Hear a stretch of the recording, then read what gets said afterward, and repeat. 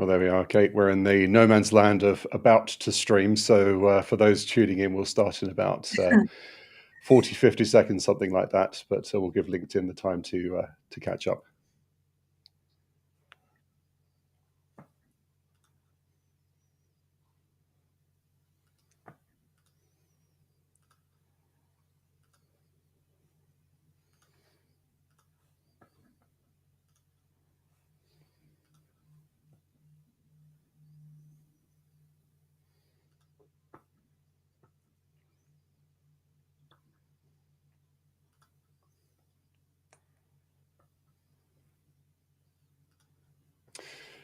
Well, there you go. By the miracle and power of technology, Kate, it's 9 o'clock. We're live, Western Australian time, and we've got people, I think, going to join us from the United States this morning. So good morning, everyone. Wanted to bring this session together because it is such a important topic. So we're looking here today at beyond phishing. We're looking at the efficacy of how do we basically stop the human engineering aspect of cybersecurity, and how do we use security culture to drive real changes in our risk posture. So this morning I've got Caitriona Forde, or Kate, who's a lovely friend of mine. We collaborate hugely. We're both doing PhDs together in this subject and slightly beyond.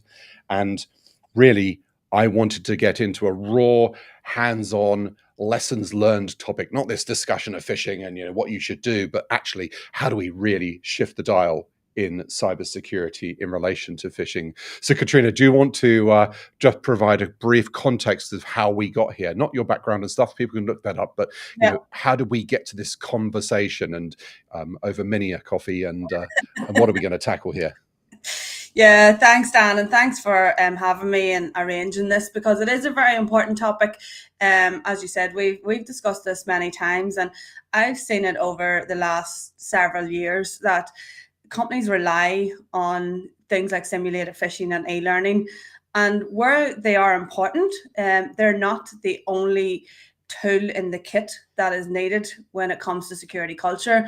And in actual fact, as we have said many a time, I've seen it in many of our organizations that I've worked with. I've seen the research behind it as well. They can sometimes be of detriment to the culture if they're not done in a proper way. A few years ago, I spoke about it at ASA, Perth SAC, and I likened it to, you can relate to this, Dan, when I first came to Australia, I was aware of speed cameras, and we all see the speed cameras on the side of the road, the big signs. But it was my first time in encountering the speed cameras that hide in the bushes and hide and try to entrap you. And I likened that to simulated phishing. If you're not educating your people as to why you're running simulated phishing and what the purpose is of the simulated phishing, well, basically they feel entrapped once they're caught. And think about it, when you're caught by one of those speed cameras, it's not the nicest feeling in the world. But if you're caught by a speed camera, you know it's there. You have still, you're the one that didn't slow down, and you knew the camera was coming. Well, you sort of go, okay, that was my fault. I should have been more aware of what I was doing. And that's what I feel simulated phishing has become. It's become that, created that negative culture of an us versus them within security teams, where people in the organization feel like they're just trying to be entrapped and trying to be caught out. And I've seen where you flip it and you simulated phishing as a educational exercise. So it's not about the click rate, it's about those that actually have identified and reported it. It creates a really positive culture then, and people aren't as they're more willing to report, and it creates a more positive culture that you're trying to teach me what the cyber criminals are trying to do, rather than trying to catch me out to give me more training.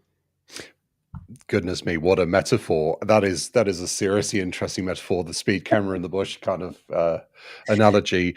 So far, I've never been, what do they say? I have never been caught for speeding. There you go, in my entire, God knows how many years of driving. By the way, if people want to, like the last session we did with Vanessa, add comments to this and DM me if you wish, or Kate. We'll keep an eye on those questions as we go. But this is very interesting because I think we're going to bring not just an Australian perspective to this, Kate. We're bringing very much a UK and USA perspective as well, because you work in the UK. I certainly do as well. And also I see so much of the United States as well. But if we go to the big topic right now, right, which is, I'm really concerned because in the past, it used to be that hackers would go for something very sophisticated, a vulnerability, a CVE that's very high in score, or CVSS, and they would spend ages hacking it. Now we could just shortcut to we'll go and grab the user. Yeah. And the problem is we've seen so much around, so many controls. We put in MFA and some degree zero trust and so on and so forth, and huge amounts of investment in our SOC. But the problem is we hack the user. We can grab their token. We can basically move around their SOC, and their EDR don't detect us because we are a normal user and we've assumed their identity. So suddenly there's this huge crispy layer that we've built, and it's drop dead easy to bypass. Yeah. This is a major issue, isn't it now? And AI is not making it go anyway. It's getting worse. Yeah, well, the AI, 100%, it has made it worse. I seen a stat recently that there's been a 500% increase in AI-driven or phishing campaigns, and that the success of those campaigns are like 60% success rate if they're AI-driven. So AI has helped the cyber criminals trick us more. And you're 100% right. I've come from an IT background, spent 20 years in IT before I moved into cyber. And it's always been about technical controls. And, we haven't really spoke about the human element. We've seen it. I've seen the increase and the rise in the last 5 years. But I remember when I first got into the cyber education or the human factor side of cyber, here in Perth, there was only a handful of us, maybe 3 of us, that was working in that field. And I had to look further afield to Europe and to the US and the UK to find other professionals that was working in this space. Very lucky to have obviously come from the Northern Ireland and Ireland and the UK, worked in the UK for quite a while, have a lot of European experience as well, and could leverage what they were doing over there. But you're 100% right. We have focused so much on the technology controls. And unfortunately, I see this train of thought of just lock everything down so that the user can't make a mistake. And I don't believe that works. That causes inefficiency in how people operate. It then allows for things like shadow IT and shadow AI. Shadow AI has become a big issue in a lot of organizations, and they don't even realize it. I think we're going to look back in 12 months time going, oh, what have we done? Because we haven't really thought about AI and how it's being used and how we socialize it with organizations, how we allow people to use it, how we educate them. I'm only starting to see people now really opening their eyes to how this could be potentially a huge risk for their organization if they don't put the proper guardrails in place, but also educate people on why they need to use it ethically. I think is the big one. So it's a very fast-paced changing landscape. And I suppose if you look at organizations, larger organizations in particular, it's very hard for them to keep up to speed with everything that's changing at the rate that it's changing. And, I look at especially some of the local government clients that I work with here in Australia. They've had a lot of legislation change as well. And they're having to come to grips with legislation change, never mind user education on top of that. And then the cultural bit on top of that. So it's like layering up to be the perfect storm, to be quite honest. And I feel it will get worse before it gets better. Even if you look at here in Australia, we've just heard of the Qantas breach this week. So sad to hear. So, devastating for the team. I spoke to people yesterday who knows the team really well and, have tried to do the right thing. But again, we have somehow become desensitized to these big breaches because there's so many of them now. And I think this is part of the challenge with user education as well. We've given them so much with e-learning and training, and they're switching off. It's like training fatigue. That's what I'm seeing in a lot of organizations. We've overtrained and we've relied too heavily on, e-learning and online learning, that generally, if you do a sense check, people don't generally enjoy it. I know it myself. I've recently had to sit through half a day of inductions to go to one of my clients' mine sites. Now, even though I See needed it to do it, firsthand. but I needed to do it to keep myself safe and keep everybody around me safe while I'm on the mine site. But again, it wasn't an enjoyable experience. It was half a day that I won't get back, and personally, I don't feel I've learned too much from it. It was all online, and we have to think about this when it comes to user education as well. How is this e-learning actually contributing, or is it actually making things worse? Before we jumped on this, Dan, I shared with you a piece of research that I've just found out of the US. A group of researchers have took a test group of 20,000 users, and they've looked at two scenarios: annual cybersecurity awareness training and simulated phishing training, and how effective it is. And their results is outstanding. Basically, it's not working. It's not working. It's not working. It's not working. Right. Okay. So no, this is where now this series is designed to really get into the nuts and bolts. Let's really work the problem. And the problem here is it is not working, right? I think we can both agree this. I would like to bring some anecdotal evidence to this argument. I don't like cliched names such as phishing campaigns or red teams or purple teams, because they almost become a commodity, and there's a difference, right? I don't know, this picture behind me, you could argue is a piece of art, right? But so's a Monet. Now, there's an extreme in the definition. So let's work this. Every single client that we do an adversarial real world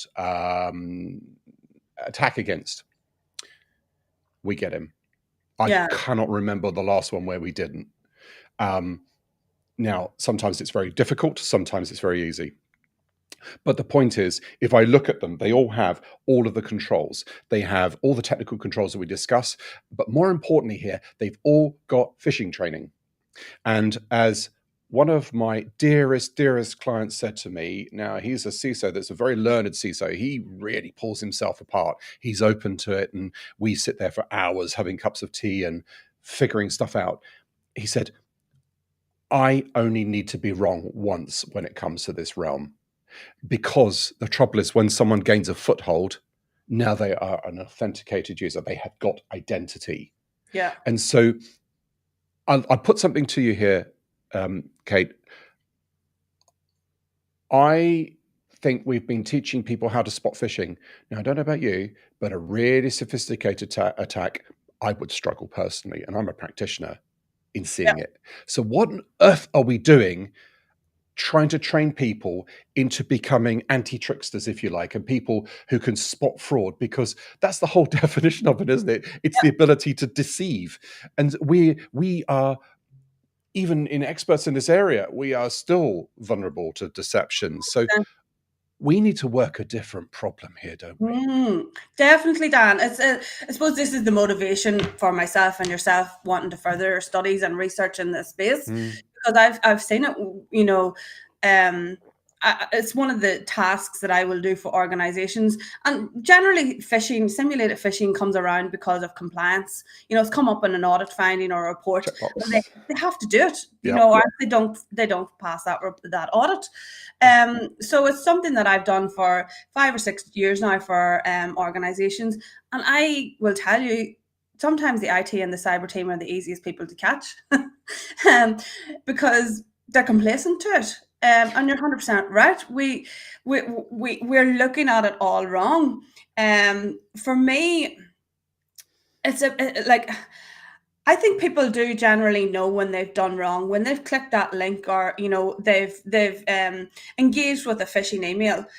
But how do you want them to respond?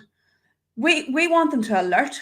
We want them to tell somebody. We want them to shut the computer down, call the cybersecurity team, make a song and dance that they've made a mistake and they've maybe let somebody into the organization so that it can be detected and stopped in its tracks.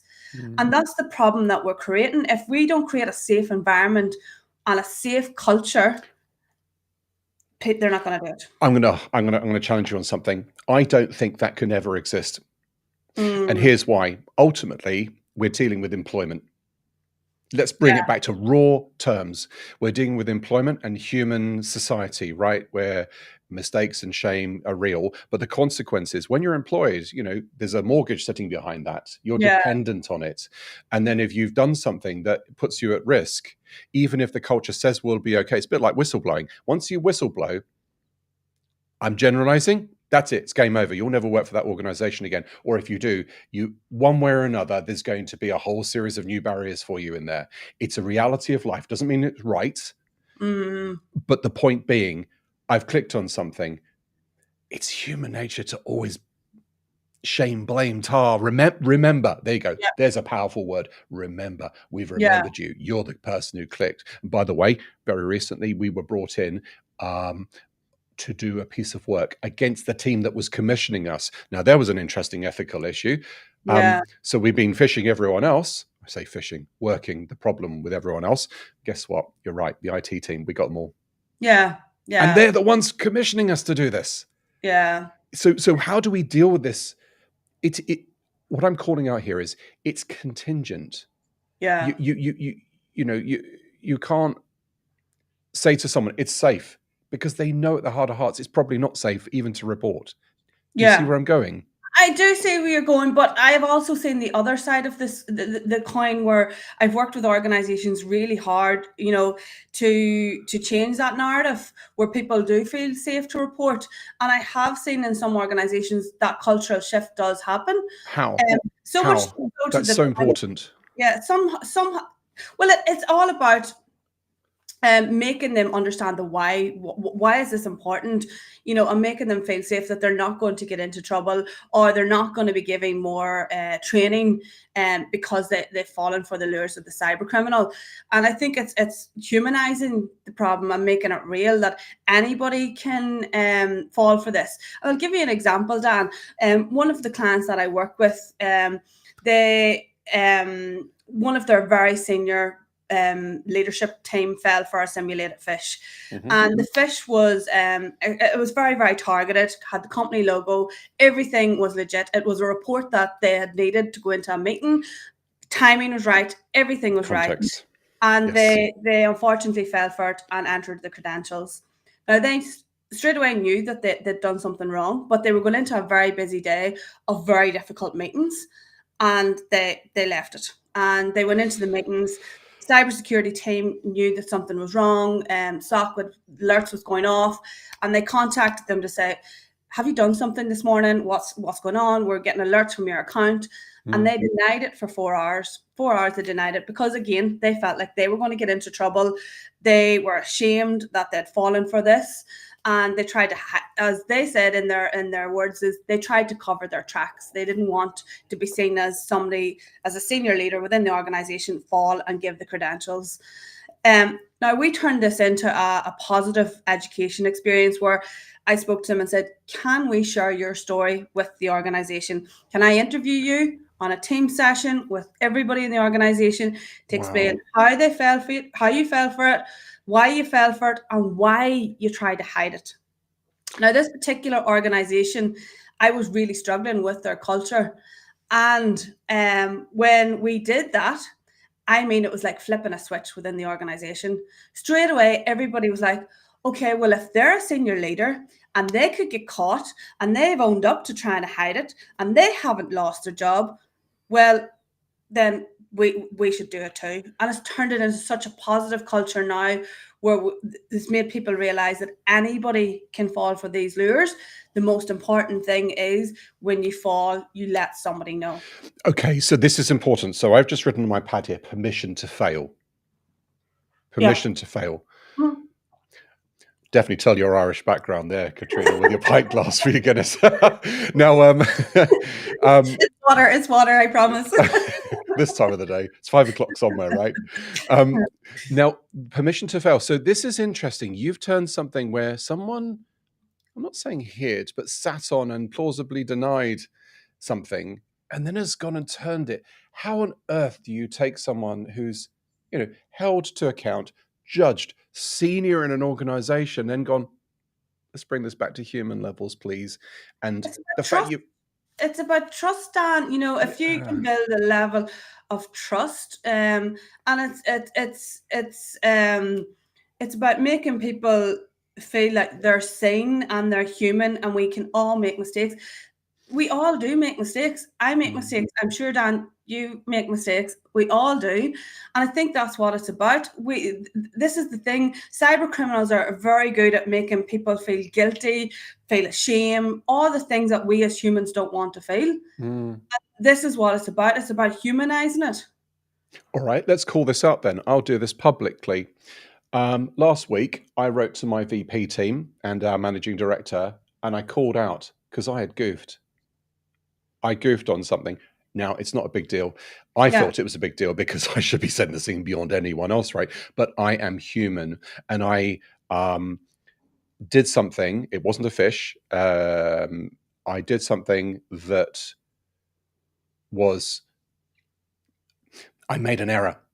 And then interestingly, a couple of days later, one of my colleagues made an error as well. Very easy to do, like so easy. And we've got controls in place around this stuff, but no control is, infallible, right? But I called it out and I escalated it. And do you know something? It was really interesting. The conclusion with everyone was, there's nothing you can do about it. Yeah. But thanks for sharing it. So I have decided in our organization, I'll do it here as well, publicly fail. That's okay.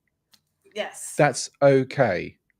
And I'm Yeah. not trying to be some sort of, lead out there in the charge and sort of start doing this and make it fashionable.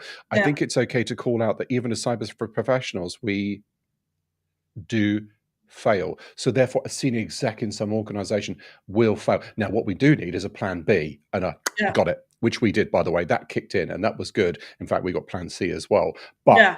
it's not the point. We need to lead with that, right? So how do we almost need the board and the chief exec to sit there and publicly fail?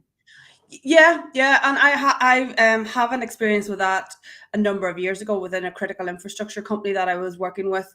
I ran what I regarded as one of the most easiest phishing campaigns that I thought of my career, but it wasn't. It turned out to be one of the most successful. But I caught the board, I caught the exec, and it basically was because of the timing.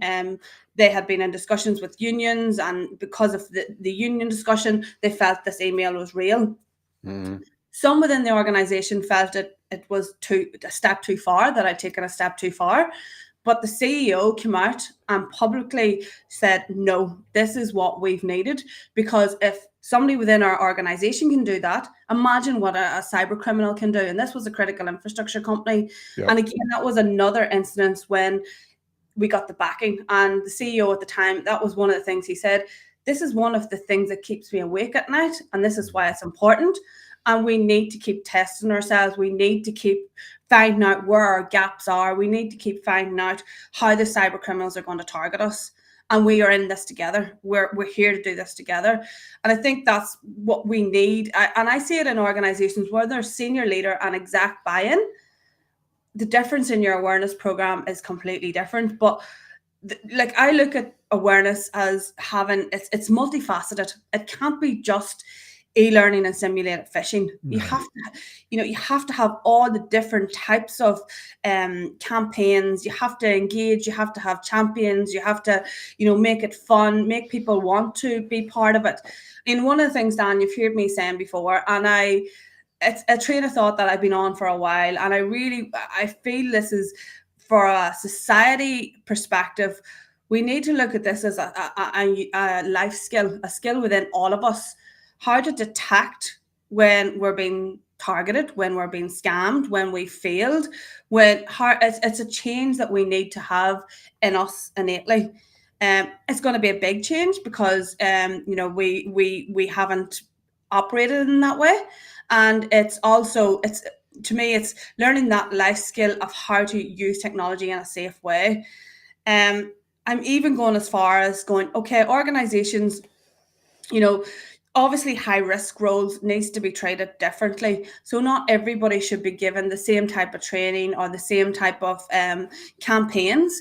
So those that have elevated privileges are obviously targeted differently. Those that are maybe got more senior power, like the execs, even people like your executive assistants, who sometimes holds more keys to the organization than anybody else, helping them, but bring it back to their role and not just give them this spray of generic training that basically people don't enjoy and gets them offside. Okay, so context is key here, and I think we also need to move away from this sort of what's the word? Should we banish the phrase phishing training here? Because it 100%. almost, I'm in a moment, I'm going to propose an argument about that, but we've talked about permission to fail, so we need to set the cultural tone. I think sometimes we need a unilateral thing from the chief exec, from the board, from the opcos, where whoever leads things, that this is beyond a company problem now. This is Yeah, a universal thing. Any of us are fallible to it, and there is an absolute safe zone. But I don't think you can't just say that. You've got to reinforce it, haven't you? You've but if got you to look say, at I've goofed, here are examples. yeah, but if you look at what organizations have done around mental health, look at the reform that we've seen. Like 10 years ago, mental health wasn't spoke about in organizations. And you've now got EAP programs, you've got loads of different options that organizations do to support their staff around mental health. Then look at work health and safety. Look at the reform that's been in that industry as well. And to me, this just is another safety. And unfortunately, I feel like even the word cybersecurity, people look at it from a technical perspective. I actually feel this human factors is completely separate to cyber. Even though we're using the technology and it's about technology, the human factors is how we engage and interact and use technology in a safe manner.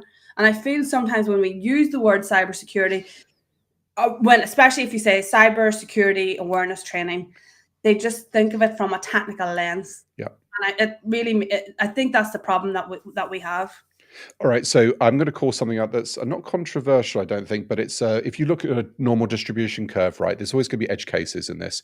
And we take, let's say, mental awareness, mental health awareness, and, I am a big proponent for that. But it's also abused internally as well. It's like I've seen it live. I've Mm. seen red teams, believe it or not, red teams where the people who are supposed to defend like suddenly put up the mental health flag. And Yeah. you go, hold on a minute, we're here. It's like a fiery or a firefighter saying, well, I can't go to that fire. It's my mental health. You're either in it or you're not. You cannot do your job effectively if you're going to pull the card and say this is too stressful, because frankly, this stuff it's real life and it's really hard.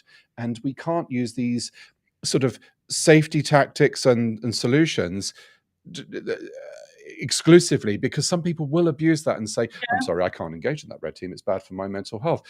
Come on. I mean, I really have an ethical issue with that. Do Yeah. you see what I mean? There's always those edge cases. Yeah, yeah. But you're going to get that with everything in life, Dan. You know what I mean? But does that mean that we don't look at it from that perspective? And I think you always get the naysayers. You always get those that will see the negative. Yep. And we sort of need to rise above that and look at it from a different perspective. Because it's impacting, if you've ever spoke to anybody, and I'm sure you have, somebody that has been the reason why an organization has been attacked, somebody that has maybe fell for a real life sim that has allowed ransomware, and if you've spoke to those people, you can see the personal impact that has on them. So this is a human problem, and we need to look at it from a human lens. And not just the technology lens. We need the technology. We need the guardrails. I liken it to road safety. Look at everything that we've had to do to improve road safety. We've had TV campaigns where horrific graphic images. I remember the one with the seatbelt and the person coming through the windscreen. We've had that. We've had, seatbelts. Seatbelts is a control, but without having that alarm, most people wouldn't put on the seatbelt. So you have the controls in place as well. You have the education, you have the awareness. It's that's what I'm saying. It's multifaceted. We need all these things. It's just not one silver bullet. And I feel with the user or the human factors or the human risk management or whatever it's called these days, which is another controversial topic. But we need to have a multifaceted approach and not just look at it. There's not a silver bullet for it.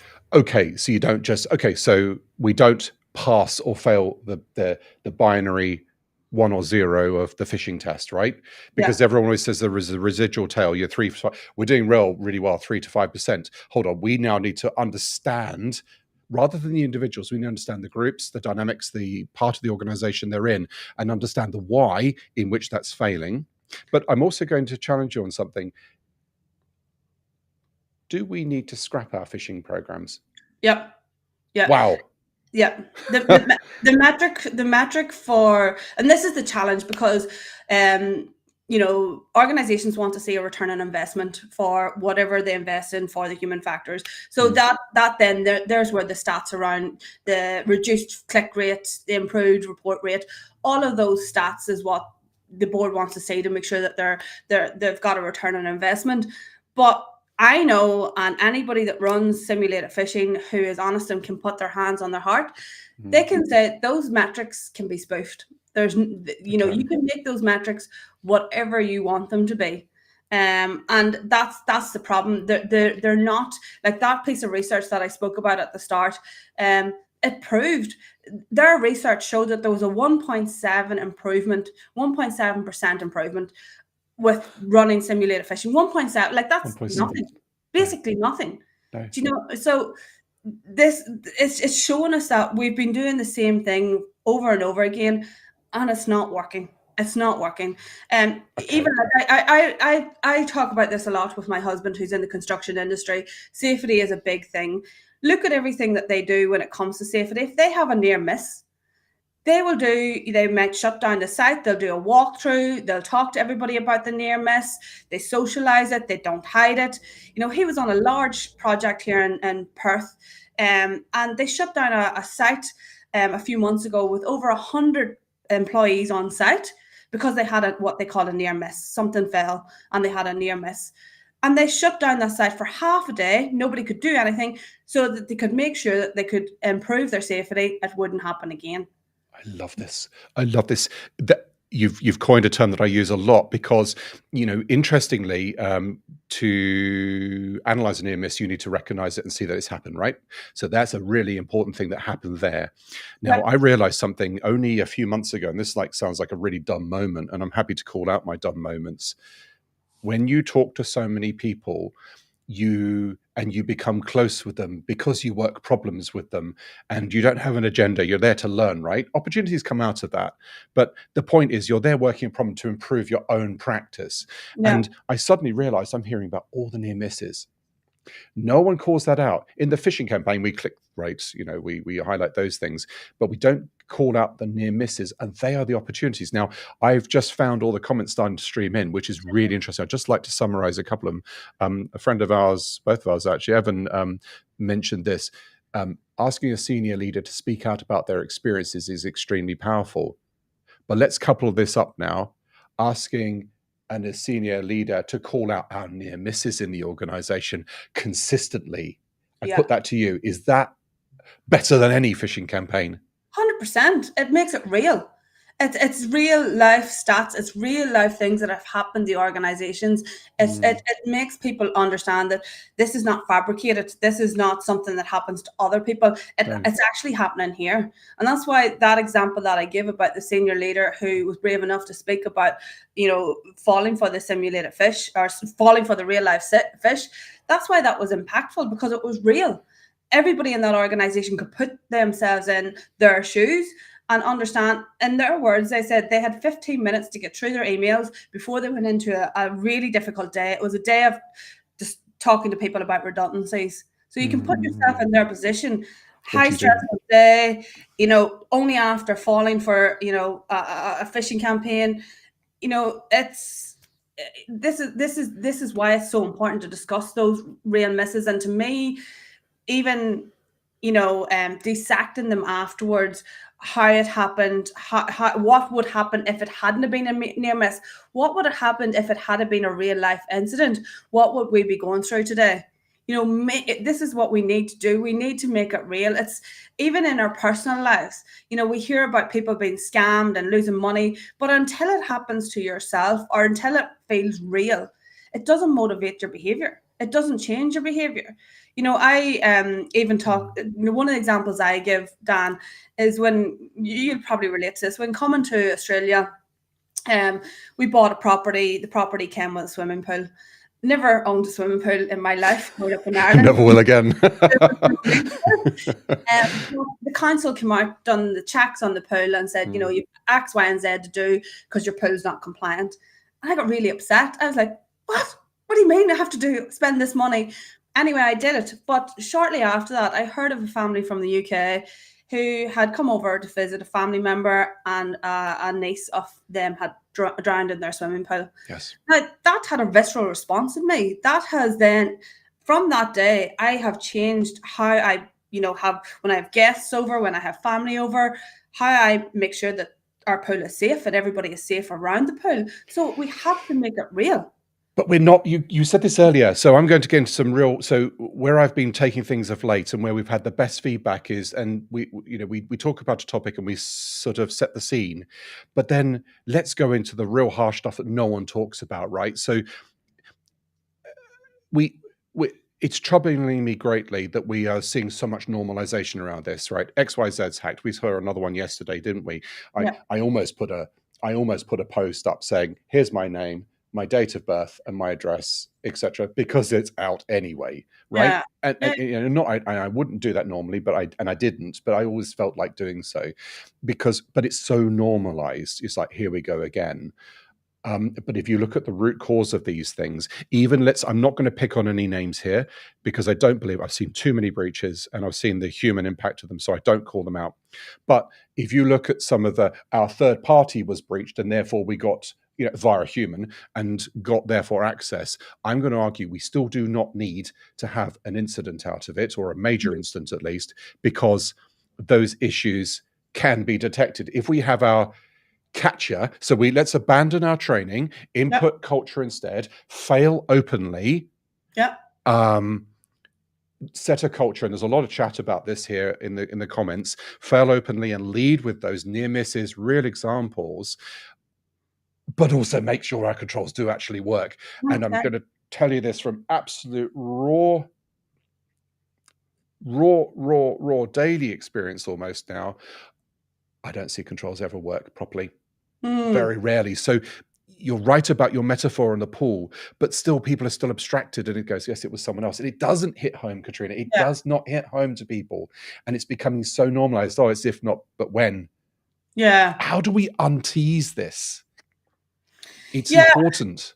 Yeah, it is important, Dan. And I suppose it's like everything in life. It takes probably for people to go through something to actually have that change. And unfortunately, that's the reality. So we need to break that, don't we? We do. We do need to break that. It's how we educate it. I believe it's how we educate it, the language that we use, getting rid of the fear factor.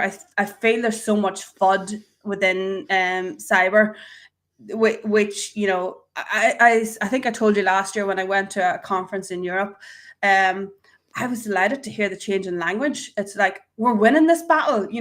We're improving. Look how better we've got. But when you go to other conferences around the world, it's all about how we're being defeated and how bad it is. And, this is, how just an all negative language. Change the narrative then. We need to change the narrative. We need to talk about how we've improved, and get rid of the FUD, because generally, when you're fearful of something, people get stuck in fear sometimes, and then it doesn't change their behaviors. But if you simplify, bring it down back to simple, easy, tangible things that we can change. Like I loved recently at Cyber West, Lieutenant General Michelle McGuinness said if everybody in Australia done three things, that's all, three basic things, then as a country, I think she said something like we'd be 80% more Yep. secure. Do you Yep. know? And that's easy to digest. That's okay. I could, you know, people can say, okay, these are three things if I implement them in my personal life. And those three things are the same with organizations. If people stop reusing passwords, if they you know, used their multi-factor authentication and updated their devices, then you know it would make it easier. But I think that's what it is. We've overcomplicated it. We're asking people, we're educating people on, you know, bring your own device policy and you know all these different things that it's just a minefield. And like I relate it back. I suppose this is where my empathy has come from. Like 20 years in IT, going to my first security conference about 6 years ago, I had no idea what people were talking about. All these acronyms and all this different language. And I remember sitting there thinking, okay, I'm an IT professional, educated to the last, you know, loads of certifications, go to a security conference, and I have no idea what they're talking about. How does an executive or a senior leader or a business owner, what hope do they have? What hope do they have? And I think that's, even you bring it down to people within the organization as well. If we're talking to them about security controls, even that word control, most people disengage with it. So I feel that's the direction that we need to go. We need to simplify it. Interestingly, we do. And Wagar said, this is fantastic, actually. Um, treat it as a hazard. I've not Yes. heard that. That's Yeah. really, really interesting. Yeah. I Treat it love as a it. Yeah. hazard, as a Yeah. safety issue. Yeah, yeah, and that's why if Kevin we too. look at, yeah, as Kevin's just said here as well, look at, you know, learn from HSE, 100%. That's why I learn so much from my husband, and I Mm, often, you know, when he comes home from work, ask him. He's a supervisor. At times, he has 60 to 100 men under his control. mm. And he has to make sure, in his words, that they go home safe. That you know he's not having to go and tell a family that their loved one has been seriously injured on site today. And you know that we need to learn from other industries. We need to look at what they've done. You know, the simple take five, the toolbox talks, it's regular, it's every day. And this is why we need the champions within the organization as a quick reminder in your team huddles, you know, your team meetings, you know, around security, telling real life stories, you know, humanizing it. Humanizing it. This is interesting. The debrief as well. So, yeah, what is it? There's very rarely do we ever call out our day and analyze it, right? We finish and then we go home. Let's take, I learnt this in commercial aviation training. A captain is not the boss. Isn't that interesting? Now, they're the ultimate accountability. That's why captains wear hats. I didn't know that. I think I mentioned that last time. They wear a Yeah. hat because it's a symbol of the ultimate accountability visually to those who don't know. And the captain is there for the safe conduct of the flight and to bring their skills and experience to bear.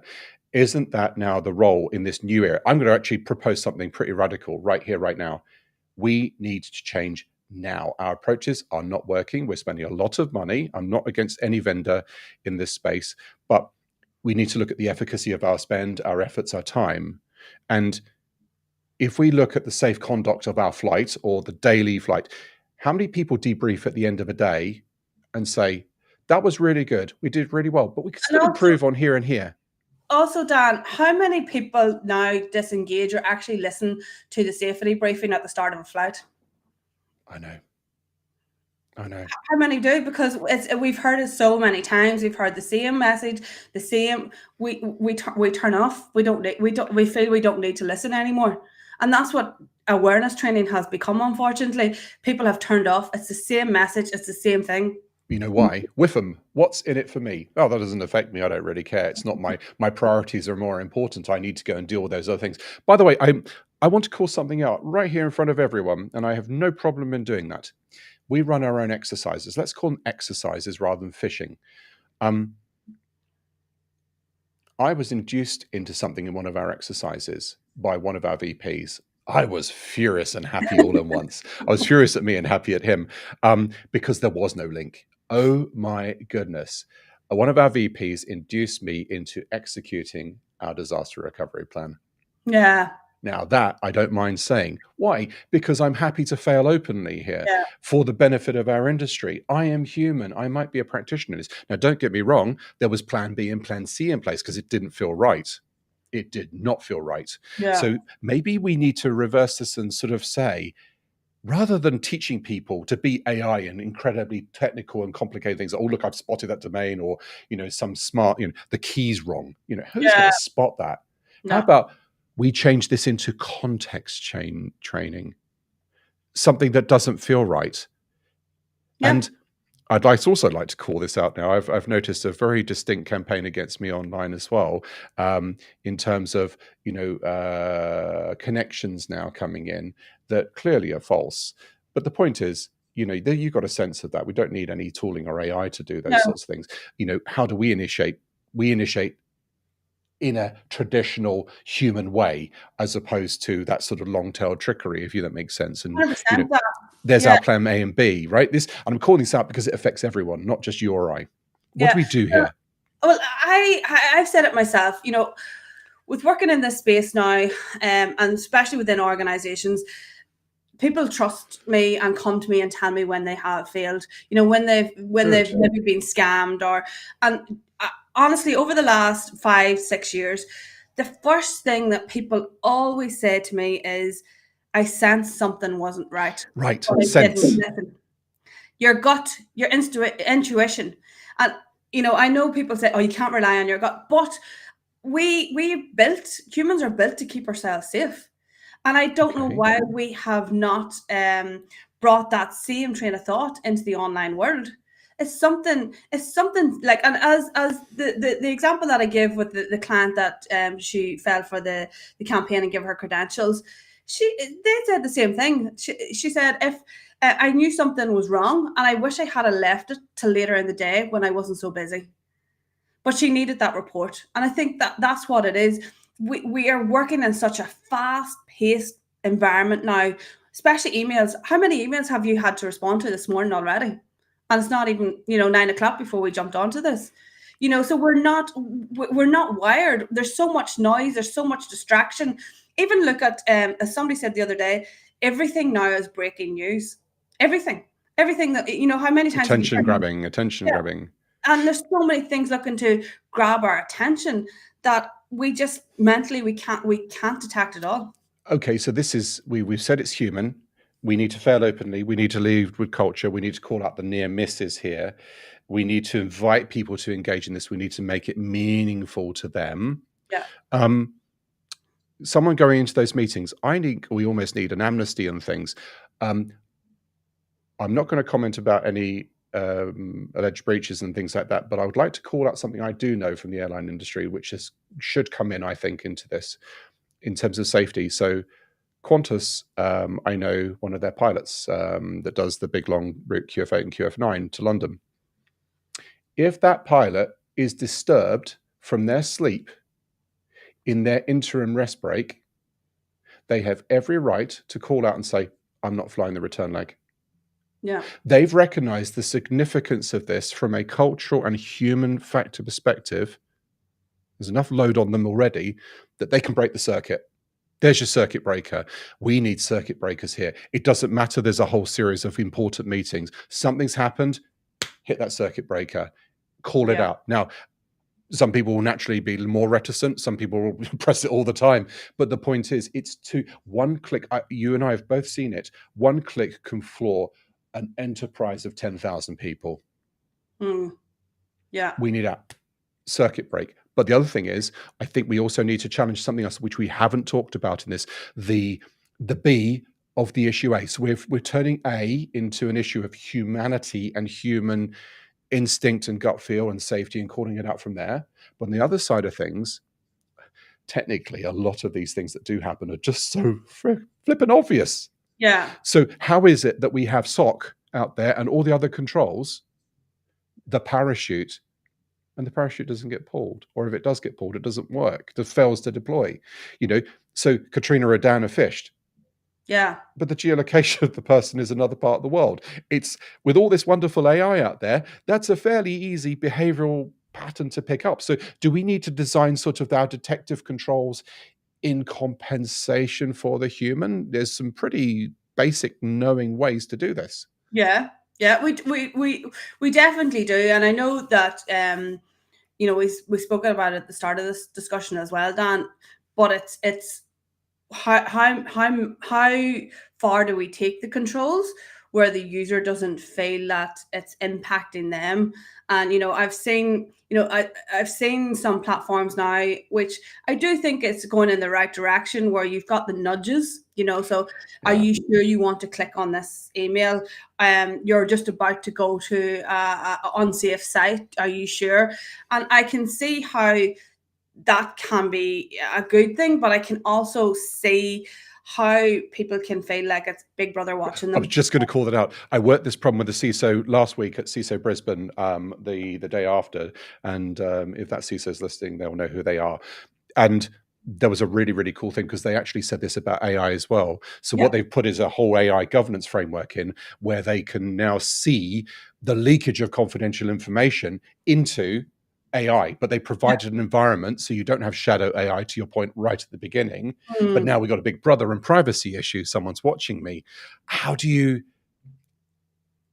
deal with that? Is Yeah, it but again, it's the education, and it's the cultural part of it. I recently likened it to. I remember the first time I got a car that had, the lane detection, so that if you move out of your lane, it nudges you that you moved out of your lane. Well, if you imagine if that car was beeping at you every time you went round a corner or you moved out of a lane, and that alert was coming very aggressively at you, you'd probably turn that control off. But overload? that gentle nudge, that gentle to say, maybe need to watch what you're doing, that's okay. We are okay with that. So again, it depends how you socialize these things, because this is even when we come back to we call them exercises.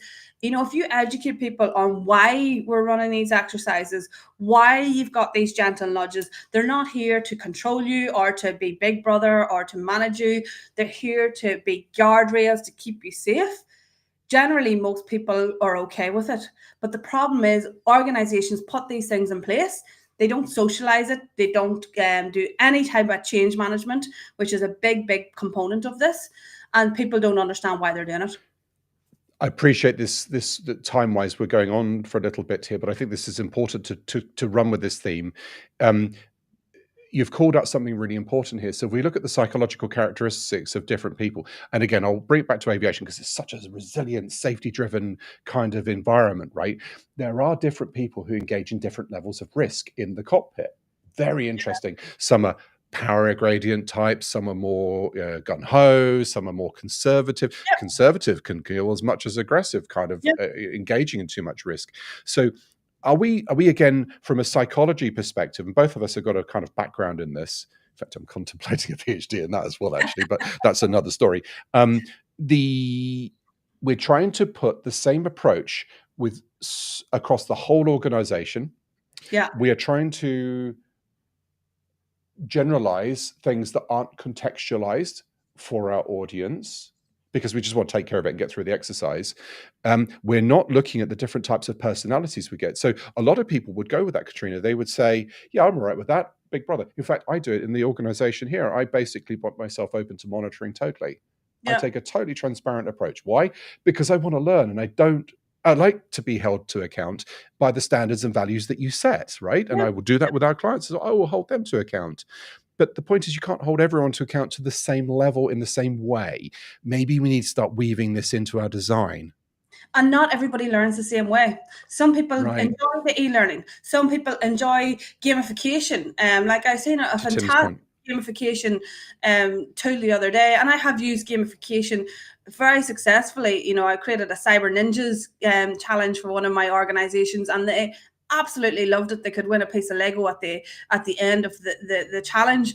But some people enjoy that. Some people enjoy reading, so therefore they want a newsletter. They want a blog. They want something that they can read. One of the other things that I've seen is using your e-learning content as like one of the organizations. I've created a Netflix Friday, so it's like a Netflix series around cyber that it's uploaded onto their internet on a Friday, and it's like binge watching Netflix on a Friday, but you're learning about cyber. Again, it's bringing it back to what they like in their personal lives and how they like to learn.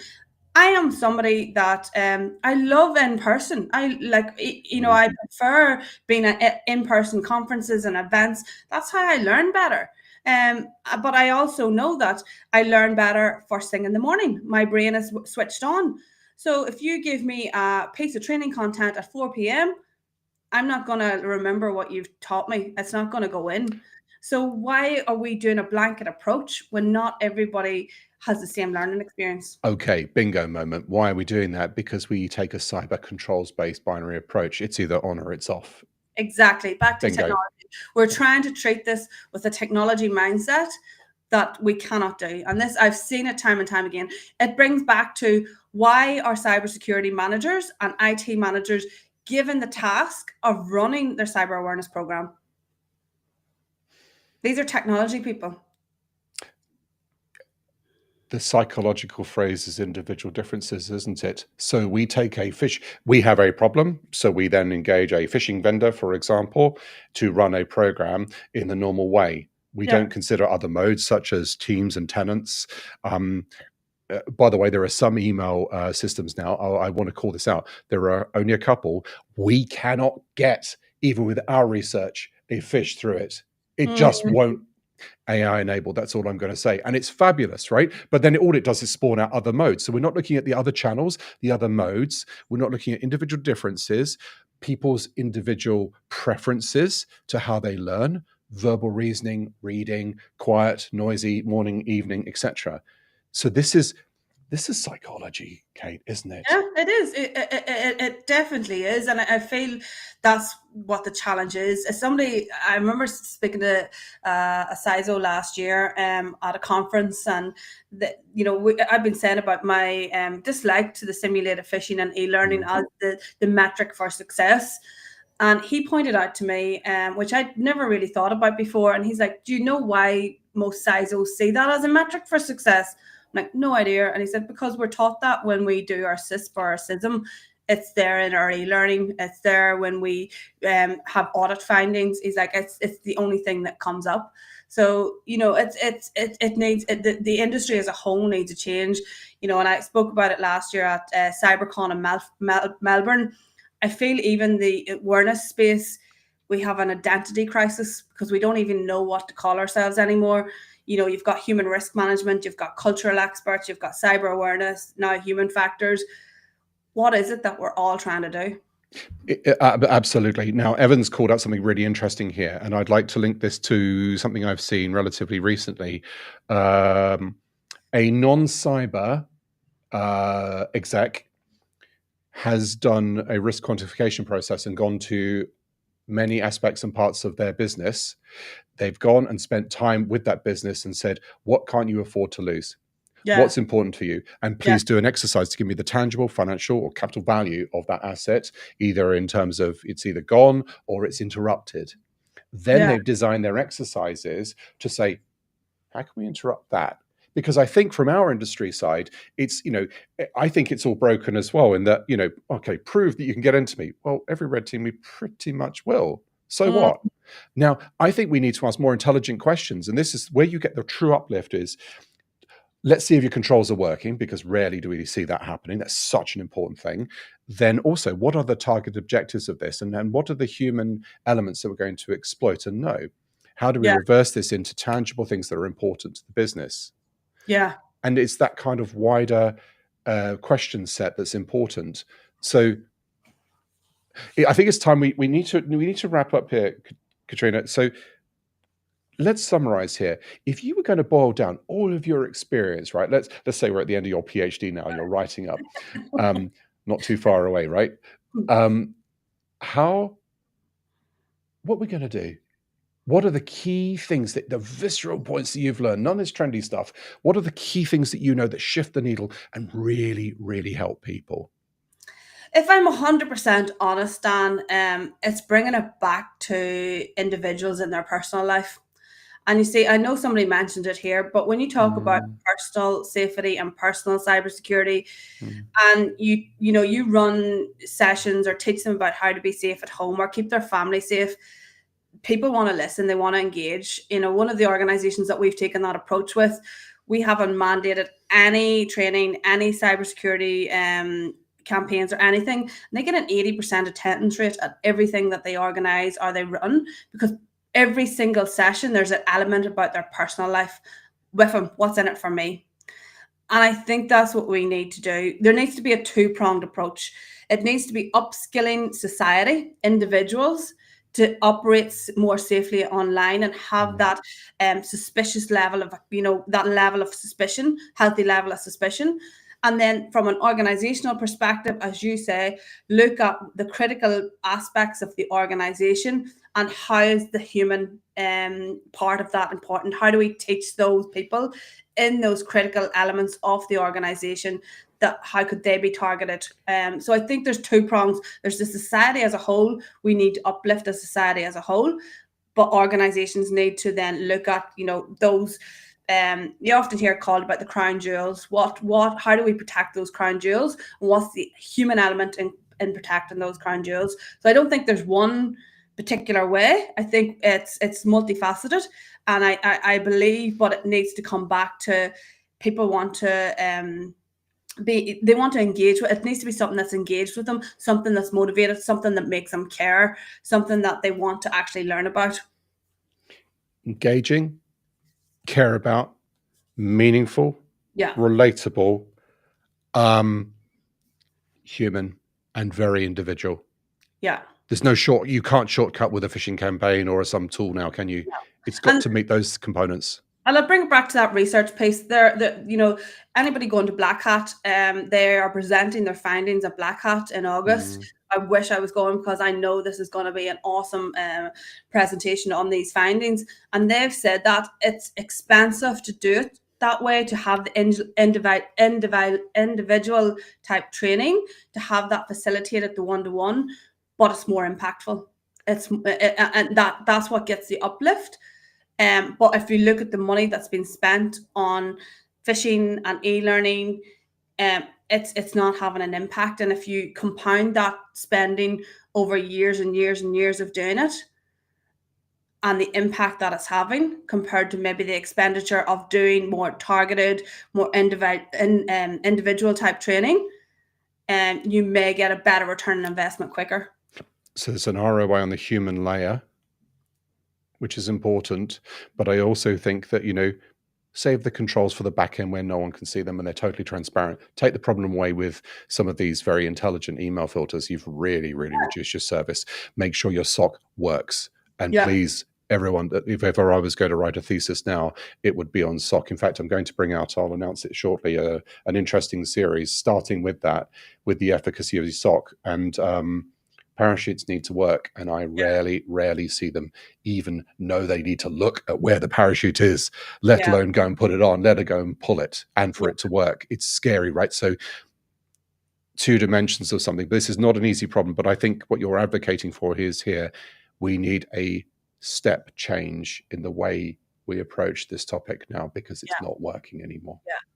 The exciting bit for me, Dan, is that I'm about to embark on this research. Mm, So anybody listening that wants to take part and be involved, I think we have the opportunity to do different and to improve, and really change how we look at this industry and how we look at the human factors and really bring it back to the human. mm. So that's for me. That's it. We have a huge opportunity right now, and that's what I'm excited about. I agree, and I'll publicly make this commitment to you. I'm bringing out the global cyber/CISO study, um, which is more of a sort of industry-led component backed by that program of research. And I really want to make space for your human element within that opportunity. There'll be some 200 plus CISOs around the world that we know that will work that problem with in great detail. So let's get some of this and work this over the next 6-8 months and see where that goes. Yeah. Kate, we're over an hour. I've never had one work this long. I thought we might. I hope that everyone's found this real. I don't think there's no universal button here, but if we're spending our resources on tackling things in the traditional way, they don't work. We can write the report now and say 3 to 5% it's done, right? And we will get in. We know that we have these campaigns that are not working, or they're not working where they need to work. We need to change our approach, right? Any concluding points? I think it's just, if you're somebody that's sitting in an organization that's responsible for this, really look at this with an open mind, and look at how can you improve, and look at the humans in your organization. You know, always open for a conversation. You know me, Dan, like to chat. So anybody listening wants to further the conversation, reach out. But we can do better. I'm not saying I'm not against vendors. There's a time and a place. We need the vendors. We still need the e-learning. But we need more. We need much more. And as somebody said recently, what's the definition of insanity? Doing the same thing over and over again. And that's where we've got to. Well, I agree, and I really respect the work that you do. I know a lot of people in this field around the world, and you definitely shine out as one of those more, well, top of your game, but also, it's the thoughtfulness that goes behind it as well, and the engagement, and good on you for it. As always, I learn a lot from you. Thank you. Kate, thanks ever so much. What a fascinating live discussion. I know it's gone live for a bit. I think we should absolutely write this up into some sort of artifact and share it with everyone as well. So we'll republish later on. Let's do that. Thank you. Thanks, Dan. Nice to see you. Thank you, everyone.